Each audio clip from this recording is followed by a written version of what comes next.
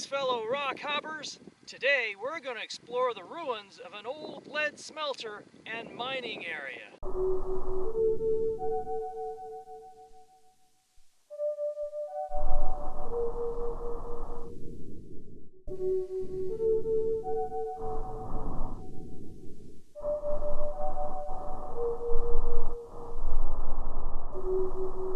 At the base of the mountains are the relics of human presence out here in the remote Nevada desert. According to an old map I have, these are the ruins of the Bonnie Claire Lippencott lead smelter. So let's check it out. The structures slowly succumb to the elements, but the dry desert air helps prolong their lifespan. So this is the Lippencott Lead Company smelter. These are guys who really knew how to get the lead out. And I'm not talking about Led Zeppelin. These guys were working here way before rock and roll was ever invented. But I wonder, maybe these guys would have liked some Led Zeppelin. Or they might have enjoyed, because they were looking for medals, Quiet Riot singing Metal Health. Let's have a look inside here. I wonder if this was an old house. You can see it's got pretty solid stone construction.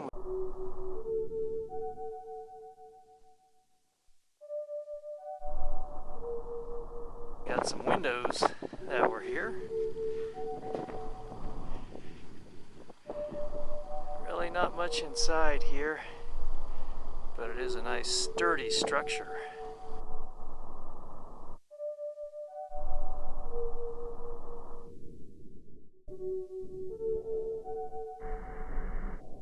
Yeah, got some old pieces of bottles here. Maybe not even that old, really. Here's a look from the outside. Another similar structure.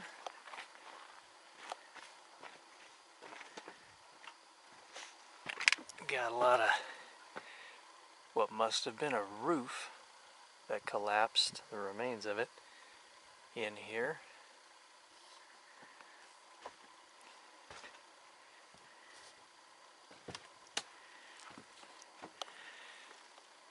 There's an old electrical conductor. Looks like an old wood stove back in the corner over there. I don't think I'll wade through all these nails that are sticking up. Go around the other way maybe. I'll look at this structure from the outside.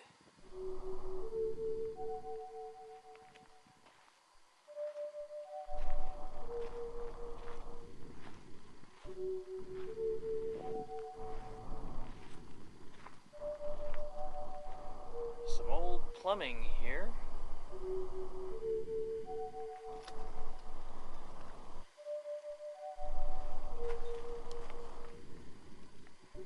It says crane right there. And Stocknam, looks like. Let's go in this door here and have a look at this bullet riddled refrigerator. And over there was where that wood stove is, or what appears to be one anyway, with the stovepipe over there. Now I'm not certain what this thing is. It is very solidly constructed. It looks like a bunker. I mean, look at the thickness of these walls. And inside, you got a barrel stove for heat. I don't know what this is exactly. Maybe they came in here and dried out and played cards and in the winter.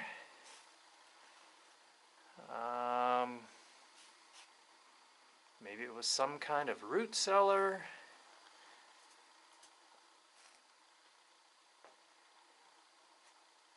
could also escape the heat in the summertime because it's partially underground. There's a look at that assortment of structures. And over here would be the lead smelter. So it looks like maybe they crushed up the rock real fine and then they superheated it in these, and then the lead poured out. So I'm not sure about this. I'm no expert on mining.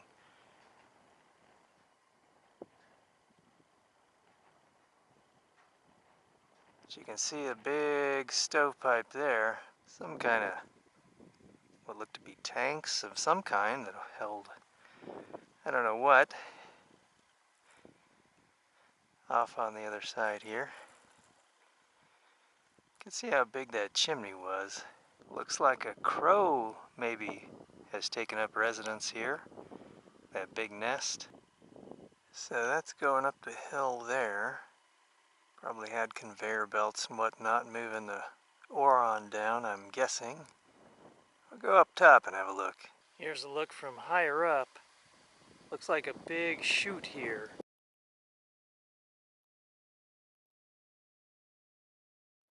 A view from the top, looking down. Here's a look at what's left of the structures. This is the biggest of what might have been workers' quarters. I'll have a look inside.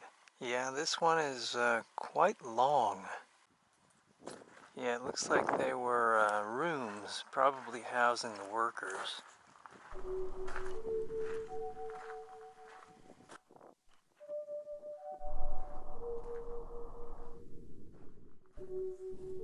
Now, if you look through this window, off in the distance, there's some kind of structure out there.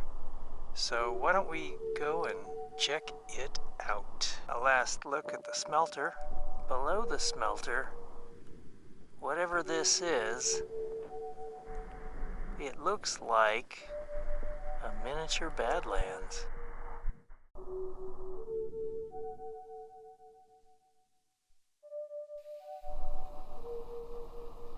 So there's a big pile of something here. I'm guessing it's like smelter ash. It's lightweight stuff, like pumice. That'd be my guess. I'm not really sure. And this pile over here, it's like glass, like obsidian.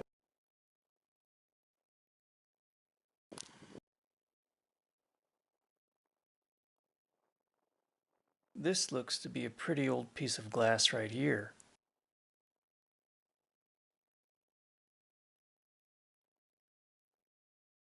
An old can there. Not much left of that old can. The water and wind eroded it, it looks like. Old electrical poles running up to the smelter.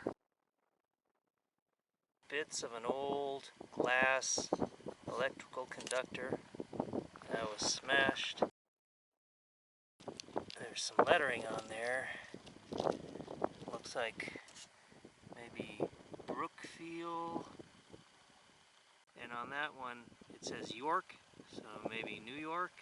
Maybe that's where they made these. Here's another piece here. I think it's got some lettering on it. So yeah, looks like it was Brookfield. Let's have a look down this mine shaft.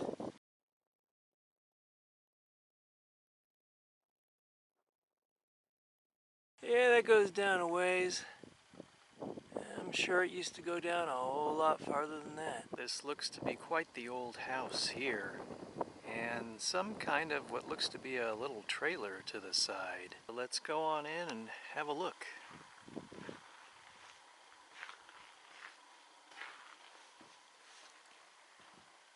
Solid old wooden floors.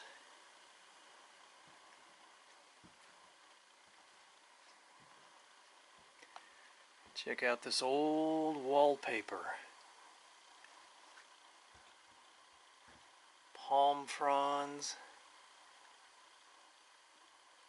How old old do you guys think this wallpaper is? Like maybe 1930s? 1940s?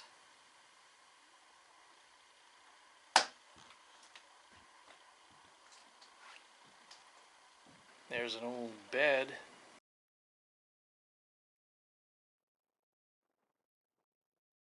You can tell it's pretty old because what is this stuff, like palm fiber, I think? That's what they used to use, and I don't know what this stuff is. Sheep's wool, maybe.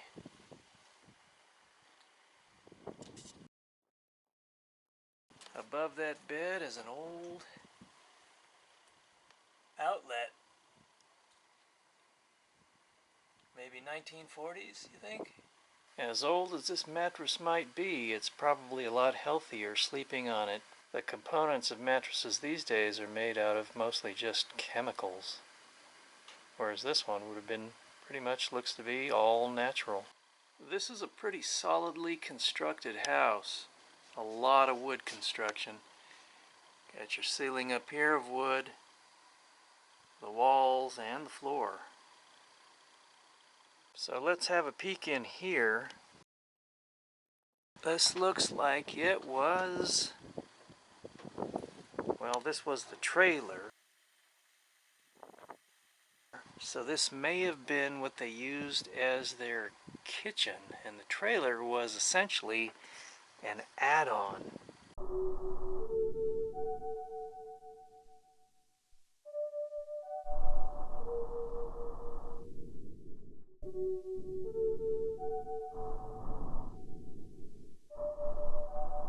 You got your cupboards, maybe your sink was over there. A closet. More cupboards. An old wooden ski.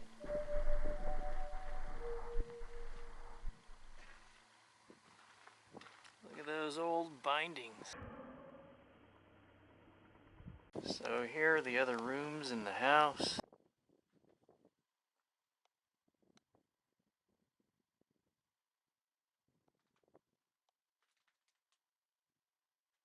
Probably some storage there. And then the trailer just goes on through there into the trailer. And then there's the main house here. And the room back here. Maybe this was like a closet or something. So there's a look at the back of the house. Over here it looks like there was another mine. You got your mine shaft down in there. And it looks like there was another mine shaft over here. You can look up in there and see there was a pulley wheel. And this probably went way down into the earth. And let's have a look in here. There's not really much left. Pretty much just bare bones.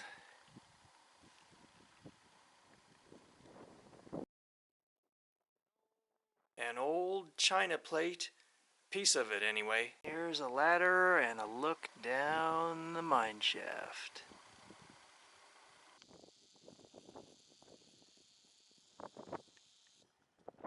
Oftentimes in these areas, there are grave sites nearby.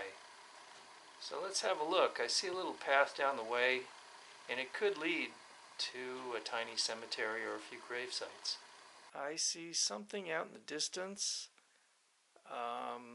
There's something over there, and something over here. So let's have a look around. Looks like we might have found another mine shaft.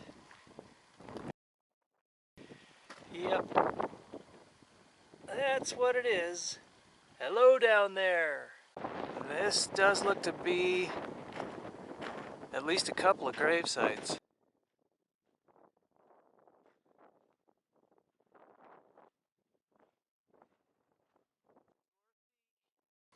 Dorothy Patno.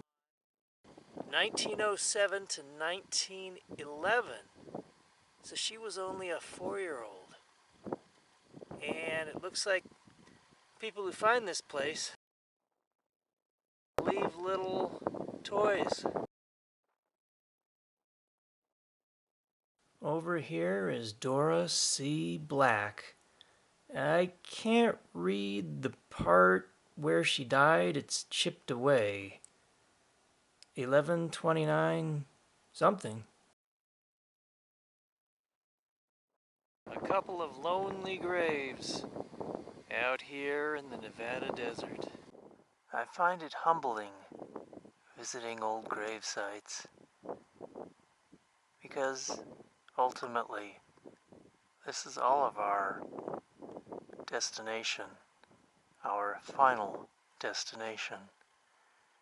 And I think about life, and I think you should live life. Live it, travel, connect with kindred spirits, and enjoy and imbibe in the life that we do have here on Earth.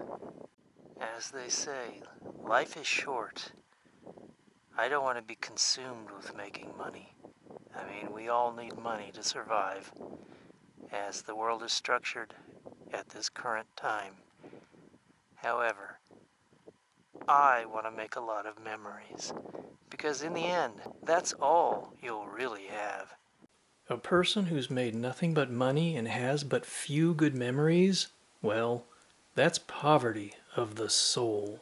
Yes, memories will ultimately be the only thing you have to take with you when you leave this earthly plane. So make lots of them and make them good ones. Hear, hear. I'll drink to that.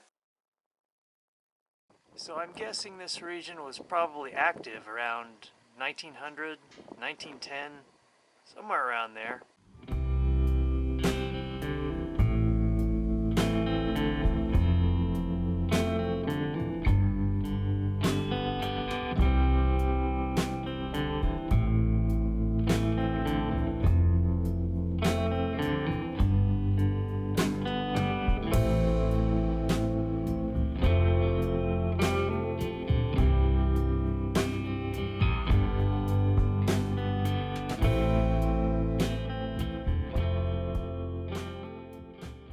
I hope you enjoyed this exploration of the Bonnie Claire, Lippencott lead smelter area. You keep on subscribing and I'll keep taking you to mostly forgotten relics, such as this one. Until next time, this is Rockhopper. I'll see you again.